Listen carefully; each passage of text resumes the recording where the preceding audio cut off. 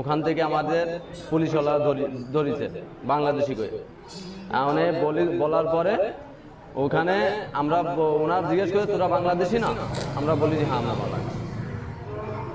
আমরা স্বীকার করেছি আমরা বাংলাদেশি, কারণ বাংলাদেশে সব কিছু আছে, আমাদের বাংলাদেশে সব কিছু আছে, তাই তো বাংলাদেশে আমরা স্বীকার করি। স্বীকার করলে আমরা পুলিশই ধরে নিয়েছে বাস। ওই পর্যন্ততে এই আমাদের 17 তারিখ ধরেছে, আজ আছে 1 তারিখ। 1 তারিখে এসে আমাদের এই জায়গায় নিয়ে আসছে। 1 তারিখে আমাদের এই জায়গায় নিয়ে আসে। 17 তারিখে ধরেছে, আজ হচ্ছে 1 তারিখ, তাহলে 18 দিন হয়েছে। 18 দিন ওনাদের কবজায় ছিলাম, আমরা আন্ডারে ছিলাম ওনাদের। বাড়ি আরো